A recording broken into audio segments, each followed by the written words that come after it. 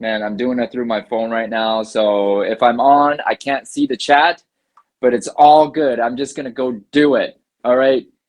Oh, I got some emojis there. I don't know where it's coming from, but guys, my name is Tsai, and I sell real estate out of Greater Vancouver. It's my 16th year in real estate here in Greater Vancouver.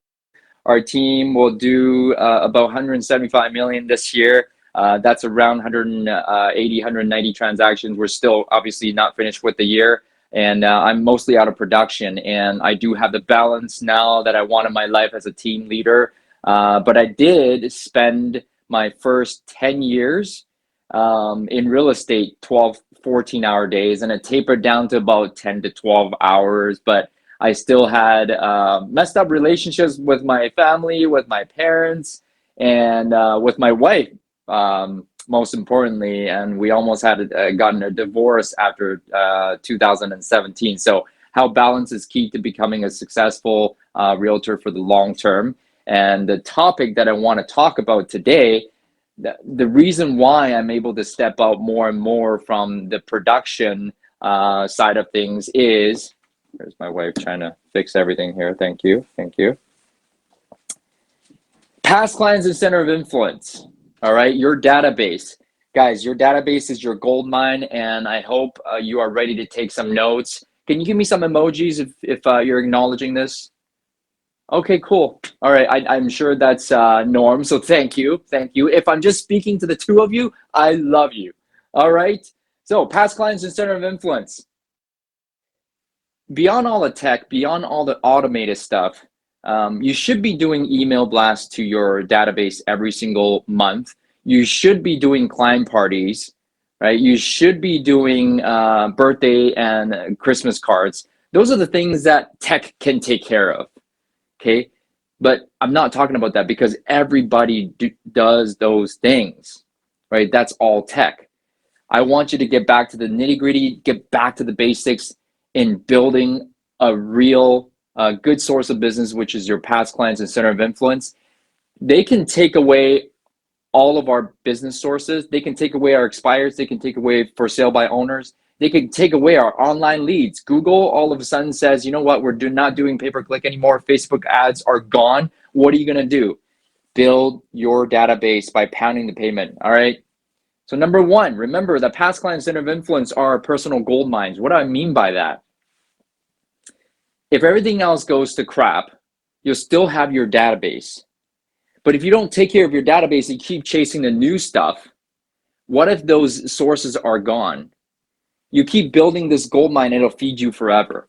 I want you to remember the 10% rule. What's the 10% rule? Each and every year from your database, you're going to get 10% from your database. Meaning if you have, let's say 100 people in your database, past clients and center of influence, you are going to do 10 transactions from that year. So if you build it up to 1,000 people, guess what? No matter what market, you are going to do 100 deals. And that's where I'm at right now. We have 2,000 people in our database. You know, we're reaching that 200 deal mark pretty soon here. So just to give you an idea, that's why we call it the gold mine, because it's untouchable. Any other sources may come and go, tech may come and go, but if you have the relationships with the people, that's where you got to spend most of your time. Treat your past clients and center of influence. Number two, treat your past clients and center of influence with respect, because they are an asset that will allow your business to grow, right? These people, again, are your gold mine. You got to treat them with respect, right? Don't hesitate to call the ones you haven't spoken to in a while, number three, and they haven't been waiting for your call. So guys, again, it's going back to the basics, pounding payment. Here's what I want you to do for past clients and center of influence. You call them 4 times a year. Call them 4 times a year, okay? No matter if it's A clients, B clients, or C clients, or even D clients, I don't care who they are, they're getting 4 calls a year, every quarter, right? I got ahead of myself here, but that's what you need to do. Then you need to figure out who are your A clients.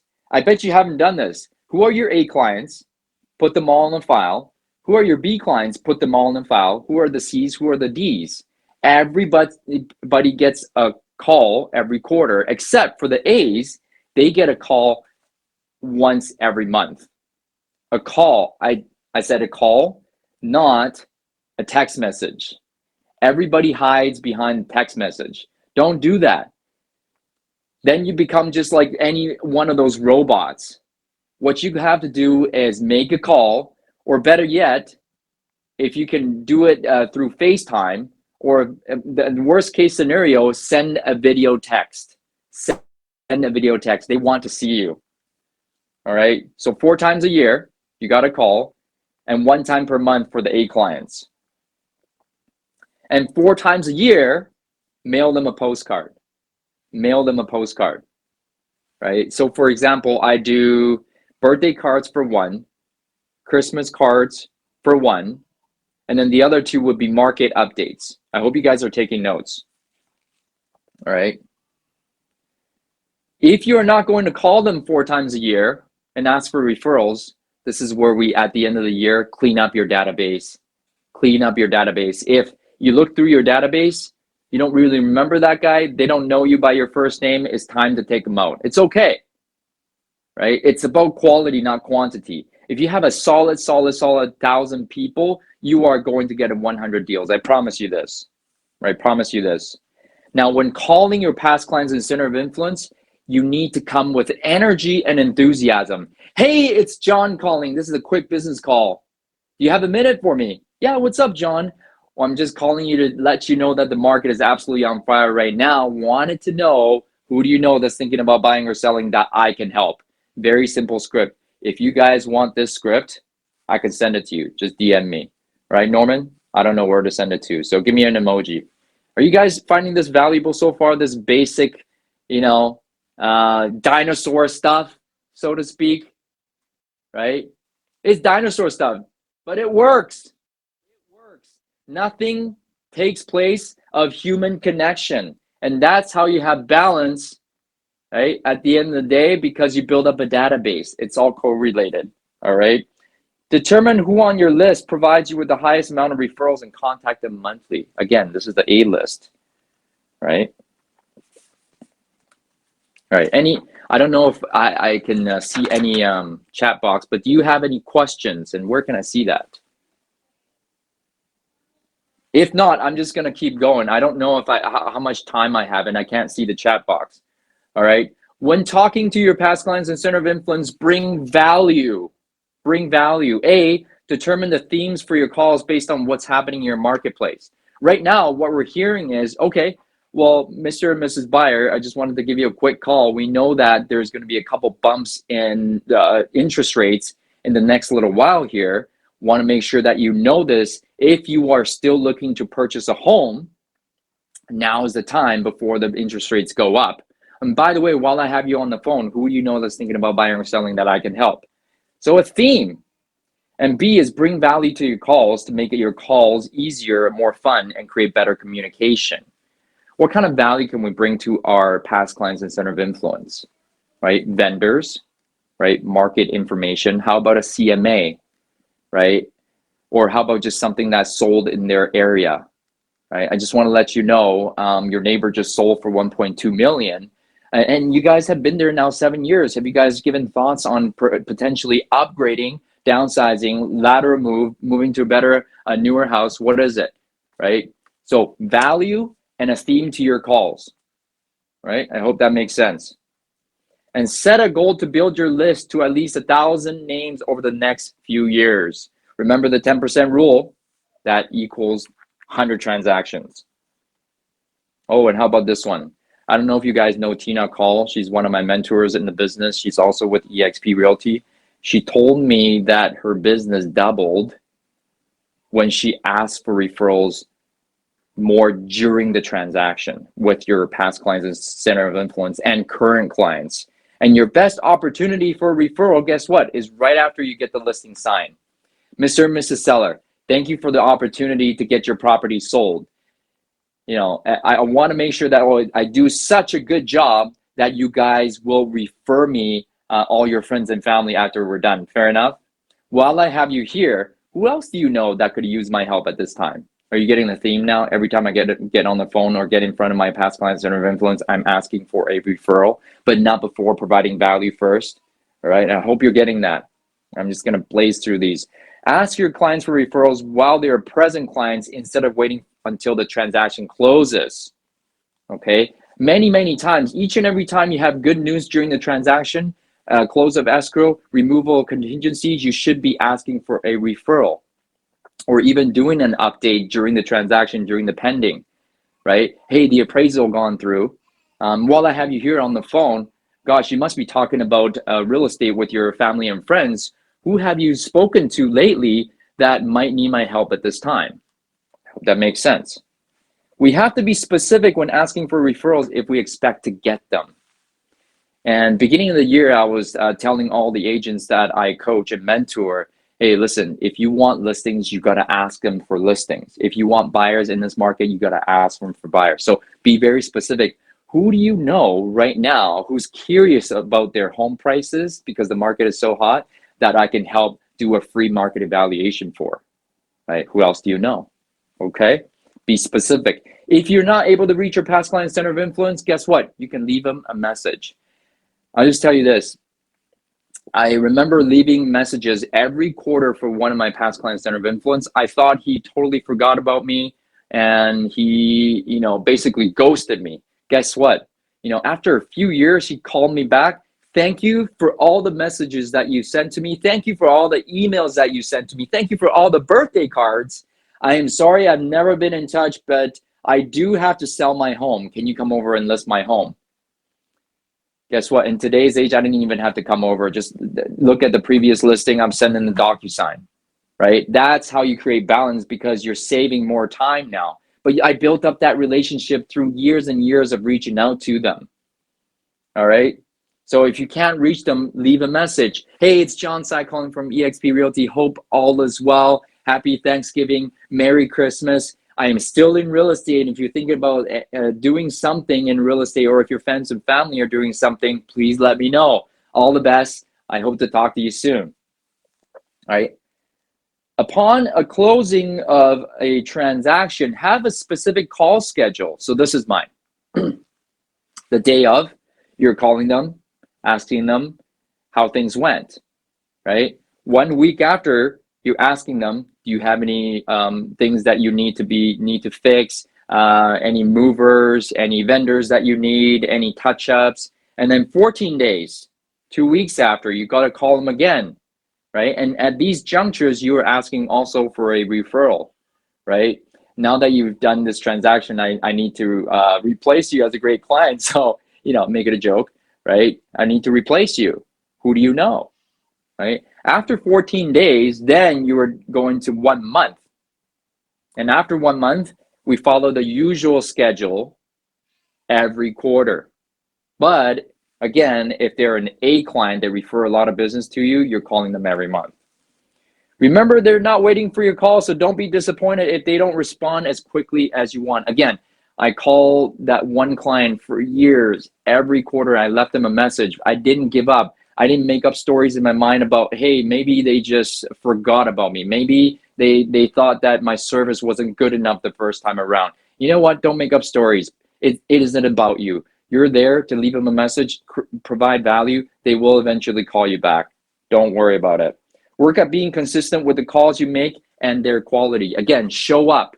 Show up. Like I'm standing up right now when I prospect. I'm showing up. I'm dressed to the nines. I'm in my den right now. I'm in my house. Like I'm not going anywhere, but I'm dressed up.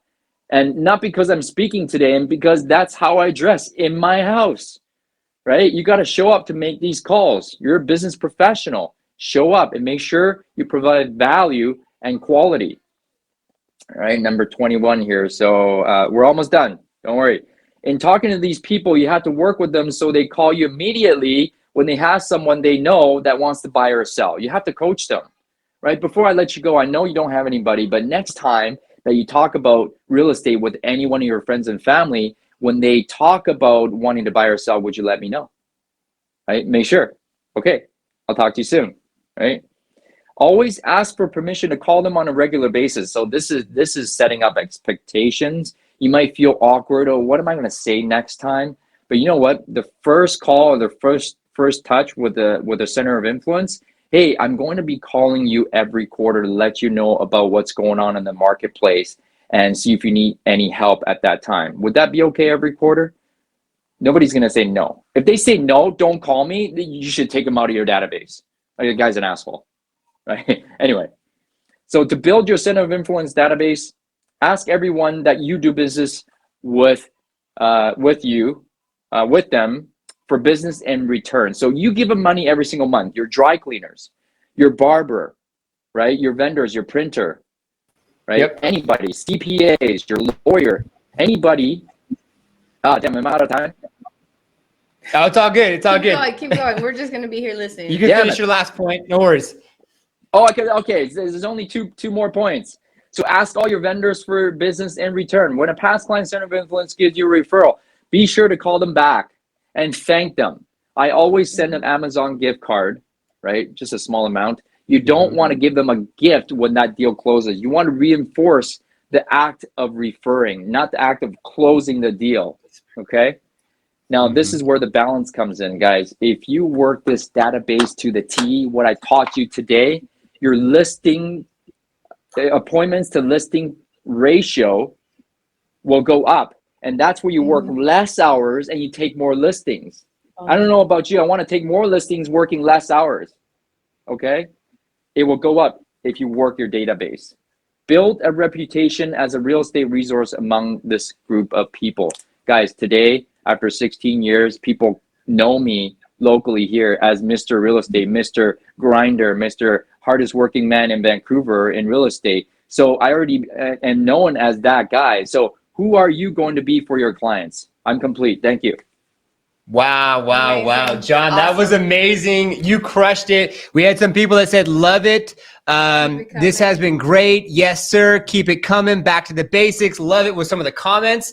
So that was awesome. And who has any questions for Mr. John Tsai before he goes to his breakout room? And what was the best takeaway from John's keynote? Go ahead and put it in the chat as we speak. You can win a selfie stick and you can make some calls and have the selfie stick going at the same time. Yes.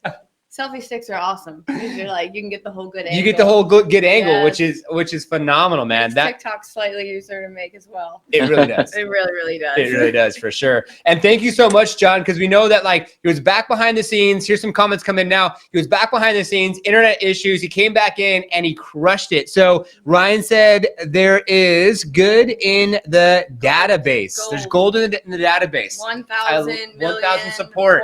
Percent. Gold. Know, like, and trust you already. I know, exactly. I love that. Who else? Any other takeaways? What do we got here? Takeaways for you to win a cell phone selfie tripod. What else we have? New Jersey Larry, what's up? What'd you say? The lead more than closing. Reinforcing the lead more than closing. I absolutely love that. Fantastic. Anything else? Any other takeaways? Last takeaways before we go into his breakout session. It looks like he'll be in his breakout room. Want to be respectful for time until Tamika comes on at 11:40. She's going to be our next keynote speaker. So we have another one come in. Make sure to clean your database as well. All right. Clean that database. Damn it. Awesome. All right. Well, thank you so much, John Tsai. You're absolutely amazing. And it looks like everyone who commented are the people that have already won. We're going to have to give people more gifts because, man, these people keep coming up and showing up. So check out John Tsai's breakout room. He'll be in there for the next 5 minutes as we went over a little bit here because of the technical difficulties. John, thank you so much also for your donation. Thank you, sir. And he'll see everyone in the breakout room. Just go to room and find John Tsai's name, and he'll be in there for you for 5 minutes.